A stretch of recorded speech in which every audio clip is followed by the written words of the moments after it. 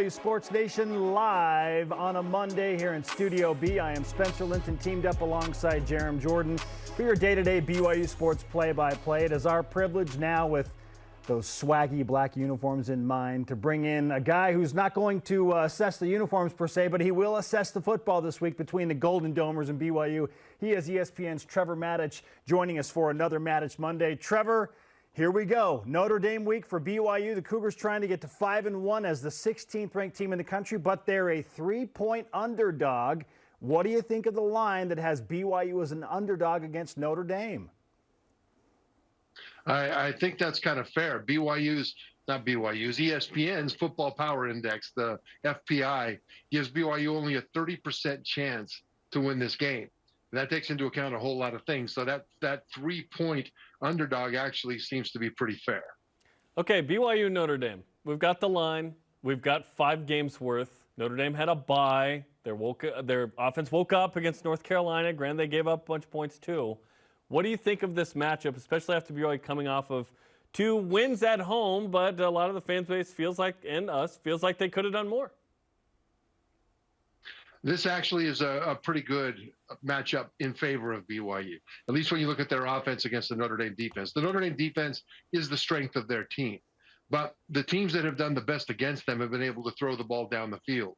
Their previous game against North Carolina, Notre Dame dominated most of that game, but in the second half, quarterback for North Carolina, Drake May, started throwing the ball down the field, and he had success. He had some big passes that kind of kept them close. And BYU's got the ability to do that. They've got the offensive line to protect. And if the receivers are relatively healthy, they've got multiple guys that'll give Coach Roderick, offensive coordinator, and Coach Sataki, the passing game coordinator, Fesi Sataki, the ability to scheme matchups. And so BYU's offense has things that they'll be able to do to move the ball if they can execute.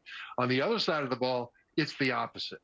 Notre Dame's offense is very much built on running the ball downhill. They've had 3 running backs emerge, so they'll have a stable of fresh backs to pound the ball. And the offensive line, early in the season, struggled. They had some injury issues. They've got guys that don't have a lot of experience coming into this season at both tackles. I mean, the right tackle is a guy this is his first year as a starter. The left tackle was a tight end in high school, who's now building his way into the starting role as an offensive lineman.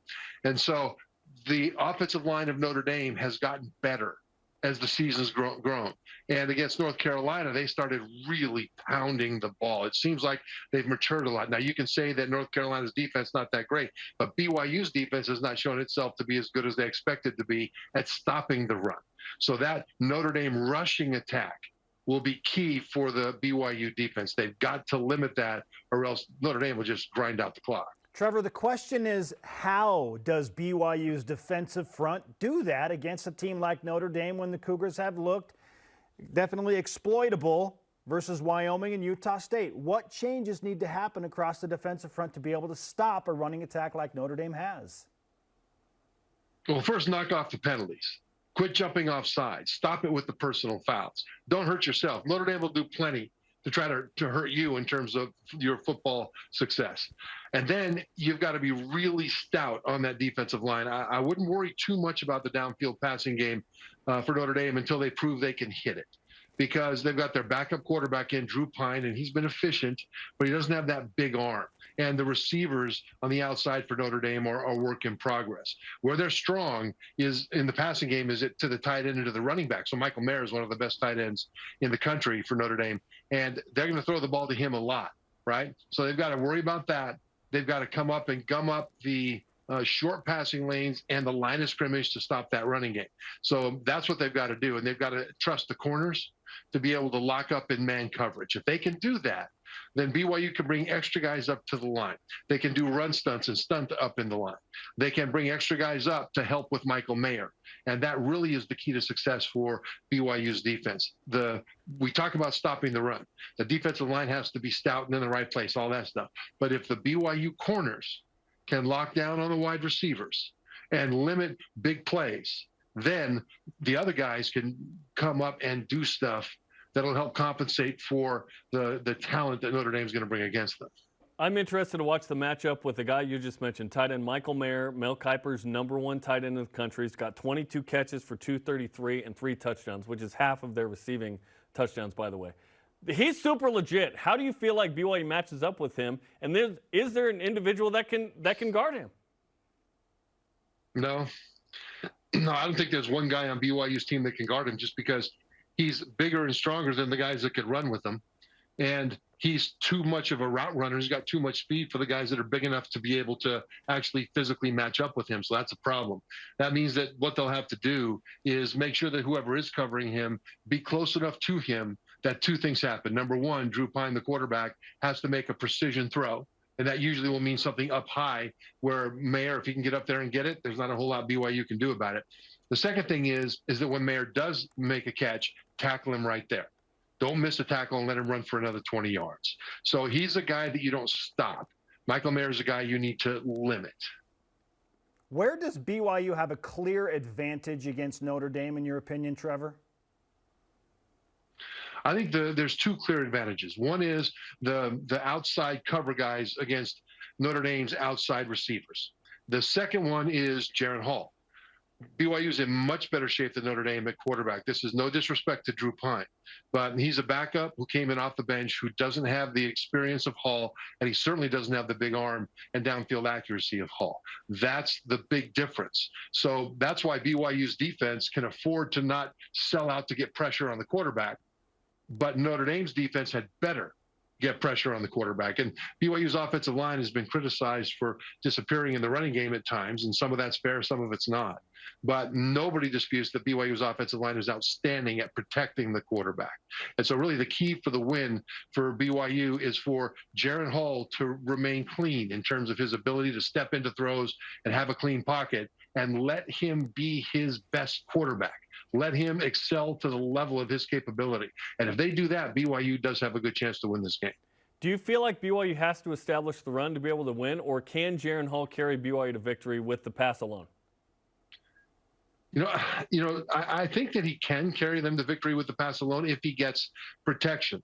The problem, if you don't establish the run, is that the pass rush of the other side can tee off on you. And that's where the issue is. Normally you establish the run, it slows down the pass rush, it makes play action work. They have to bring safeties up, and you can throw it over the top and all the things that a good running game provides to the passing game.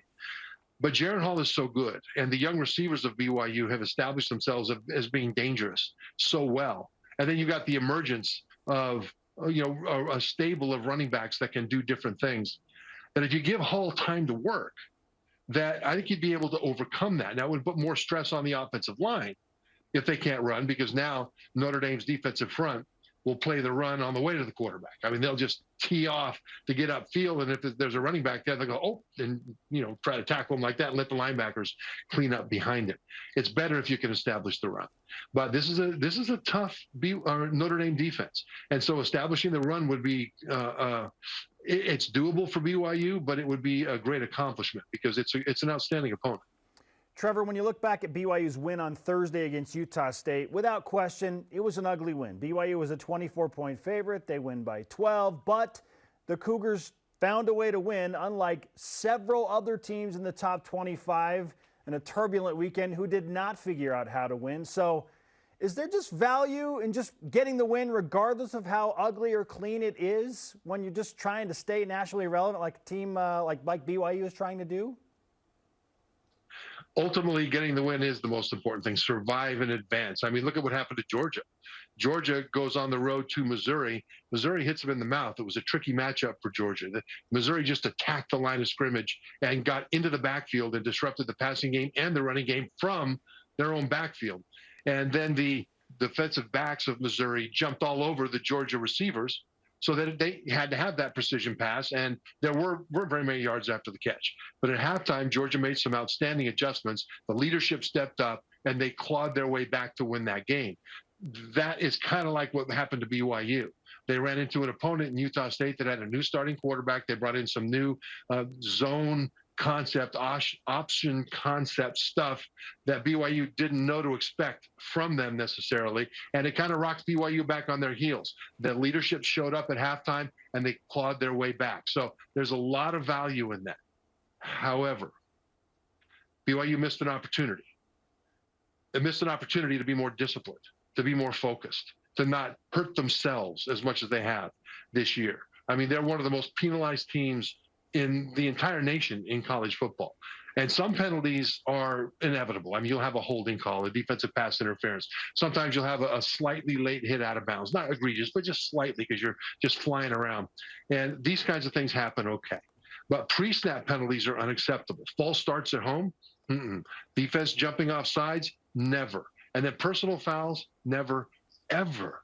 And at this point, BYU has to prove that they're a disciplined team, and that's a weird place for them to be, because all the penalties that they've had, especially the kinds of penalties that they've had, and the kinds of penalties they had against Utah State, demonstrate that they have a lot of work to do there. And I would have preferred that they played a much more clean game against the Aggies heading into Notre Dame, because now they're going to have to put a clean stop to all the undisciplined plays that hurt them and play clean from the beginning against Notre Dame, or Notre Dame's going to take advantage.